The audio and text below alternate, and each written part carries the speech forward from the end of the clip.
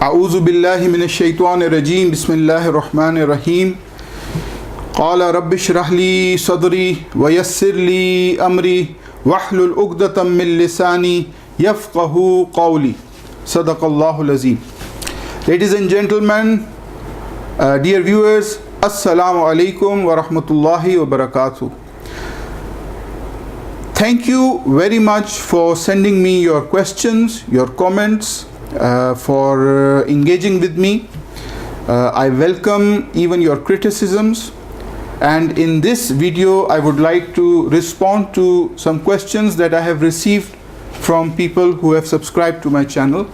So thank you very much for that, and keep sending me your questions and comments. I welcome your feedback, even your criticisms. I'm open to criticism, and I welcome your views. So keep sending me those. And most importantly, if you see my previous videos, I always strive to give answers in the light of the Quran, the Holy Quran, the book of Islam. And I quote chapter and verse. I have quoted chapters and verses from the Quran. You don't have to take my word for it. You owe it to yourselves to obtain this book, to get hold of a copy of the Quran, to open it up and check up the references that I have given you. Not that you doubt me as a speaker, but you owe it to yourselves to verify any knowledge that has been conveyed to you. I am not giving you my own thoughts and ideas. I am inviting your attention to what is mentioned in the book of Allah. So as in my previous videos, and inshallah in my future videos as well, the Quran is going to be quoted to you extensively. So this is an exercise for you to have a dialogue with a Muslim and to know his beliefs from the Quran.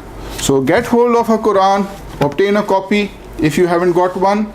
It's available in bookshops all over the world, or you can always go into a mosque, a Muslim mosque, and ask the people there. They will give you a copy free of cost. It's no big deal. So get hold of your Quran and open it up, check up the references that have been given to you.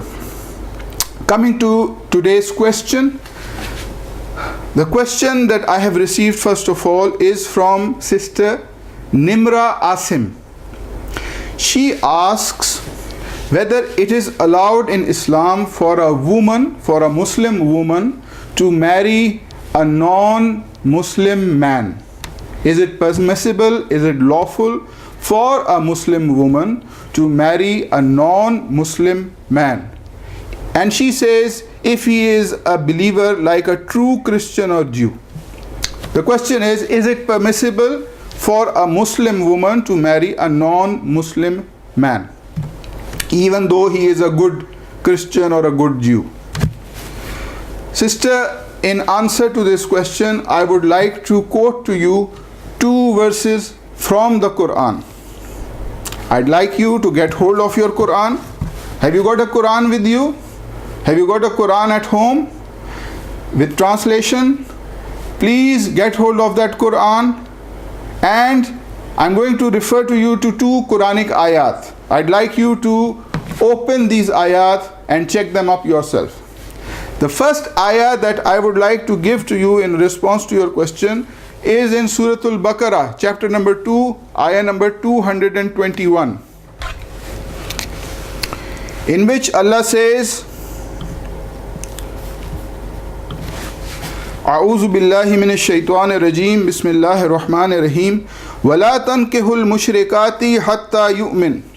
And do not marry mushrik women, women who commit adultery, who are mushrik, hatta yu'min, until they believe, until they become believers, until they believe in this book.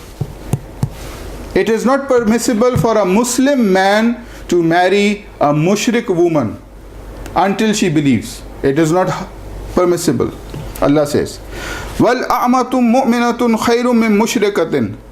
And a believing woman who is a slave girl, she is better from a mushrika, from a woman who commits idolatry.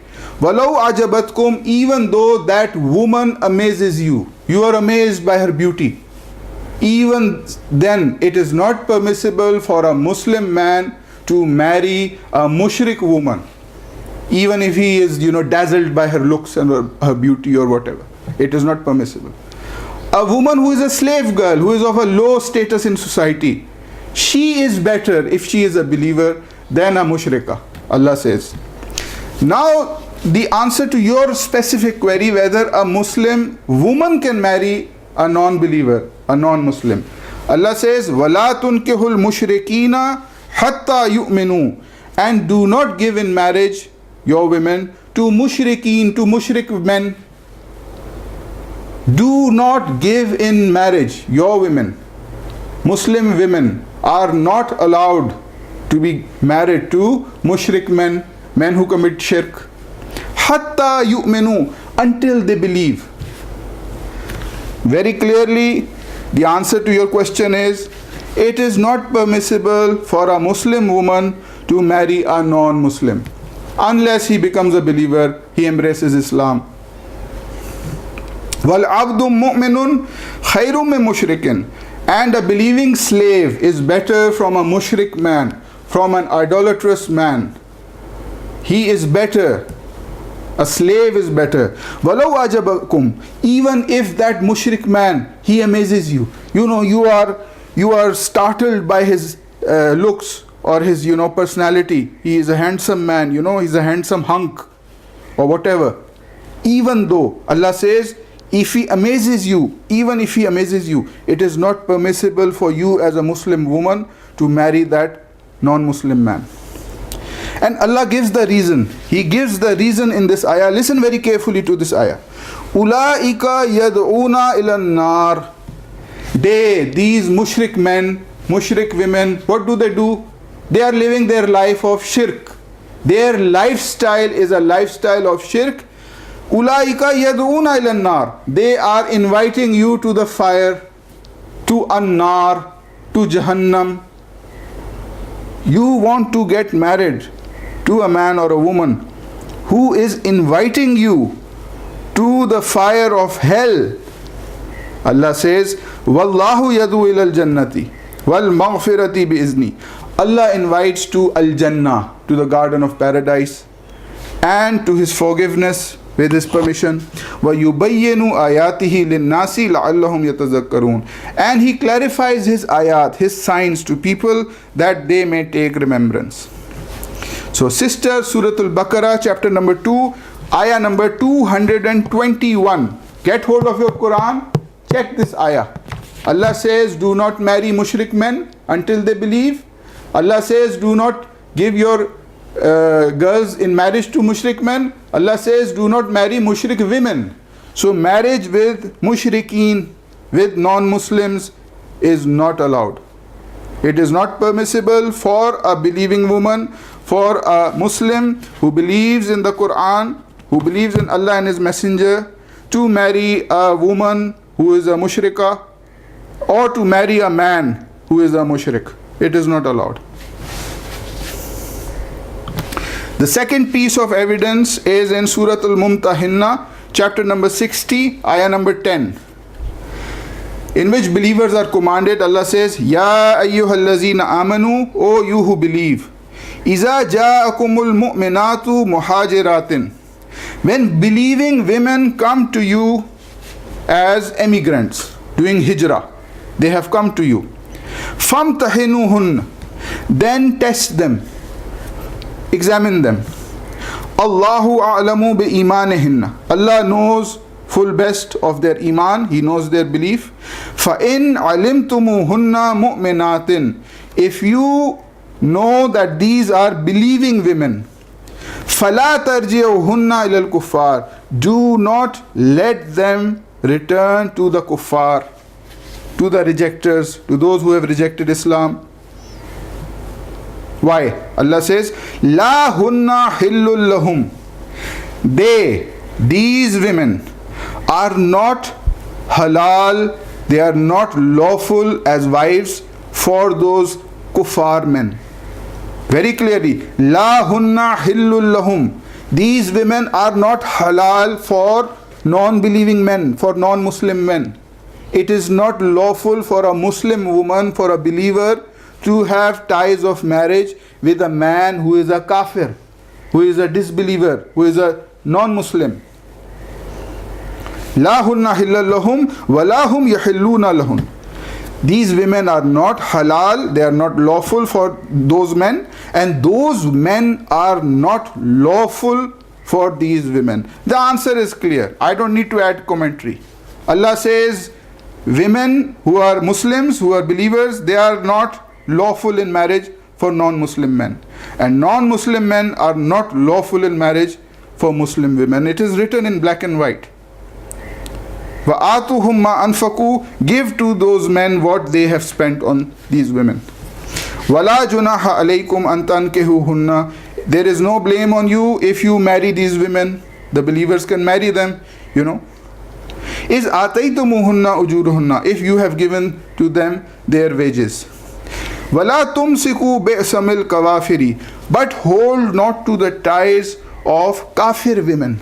If you have a wife who has committed kufr, who has become a disbeliever, Allah says do not hold in ties of marriage with them. So it is not lawful for a Muslim man to remain married to a non-Muslim woman either. وَاسْأَلُوا مَا أَنْفَقْتُمْ. And ask, let those people ask what you have spent. وَلِيَسْأَلُوا مَا أَنْفَقُوا. And let them ask what you have spent. ذَلِكُمْ حُكْمُ اللَّهِ. This is the hukum of Allah. This is the command of Allah. This is the judgment of Allah. What is the judgment of Allah? That the Muslim man cannot marry a kafir woman, and a Muslim woman cannot marry a kafir man. This is the hukum of Allah. Allah says, Zalikum hukmullah. That is the hukum of Allah for you. Yahkumu bainakum. He judges between you. Wallahu alimun hakim. And Allah is all-knowing, the most wise. So sister, in answer to your question, whether a Muslim woman can marry a non-Muslim man, we have seen from the Quran that it is not lawful. Surah Al-Baqarah chapter number 2, ayah number 221 says that it is not lawful to marry a mushrik man, a man who does shirk. It is not lawful for a Muslim woman to marry him. And Surah 60 chapter number 10, we read very clearly that a Muslim woman is not lawful in marriage for a kafir man, and a kafir woman is not lawful for marriage for a Muslim man. So marriage with those who do kufr, who reject Islam, marriage with those who do shirk, this is not lawful. It is not permissible. Now I know that this is a very pressing problem, especially for those who live in non-Muslim societies. You see, I have lived in the West. I've lived in England considerable period of my life, and I have come across first-hand examples of this situation, especially when girls from countries like Pakistan, they go as foreign students and they go to university, and they study there, they live with non-Muslims, and they can get non-Muslim boyfriends, and that goes a bit step further, and they want to marry those non-Muslim men as well. This happens. I know of a first-hand incident.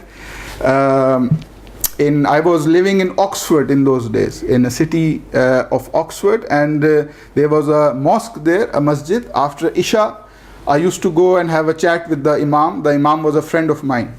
One day, a gentleman from Pakistan, from Karachi, Pakistan, a businessman, came there, and he had an English gentleman with him, white English gentleman, and a young boy. And I was surprised, after the prayers, we were just sitting there, and the man, I wondered, why is a businessman from Karachi, I'm also from Karachi, why has he come to Oxford with this Englishman, and he has come to meet the Imam? He had come to meet the Imam Sahib. He told me that he had sent his daughter for studies to the UK, and the daughter then got into a relationship with this English boy, and she has married him. And now he has brought him to Imam Sahib. He wants to convert him to Islam. Anyway, I mean, this happens a lot. You know, you get to hear stories, especially in the West, especially in non-Muslim societies where you have interactions with non-Muslims. The ruling as far as the Quran is concerned is that you are not allowed to get married to non-believers. This is the Quranic ruling. If it has happened and for a good reason, somebody has woken up to that, and then what you should do is that non-Muslim husband, he should be given da'wah. He should be called to Islam, and you should work on him and give him da'wah, give him the message, and ask him to convert to Islam. Ask him to take the shahada. This is what you need to do. And you should not just remain content with having a life of a man who is a non-Muslim. So it is all up to you whether you have that iman within you or not.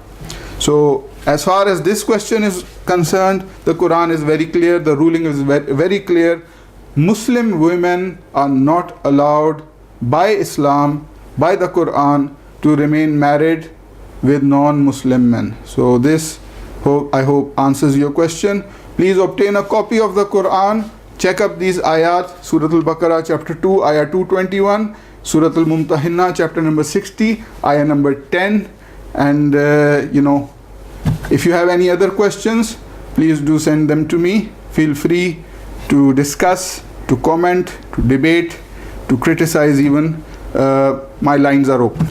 Thank you for listening. Assalamu alaikum wa rahmatullahi wa barakatuh.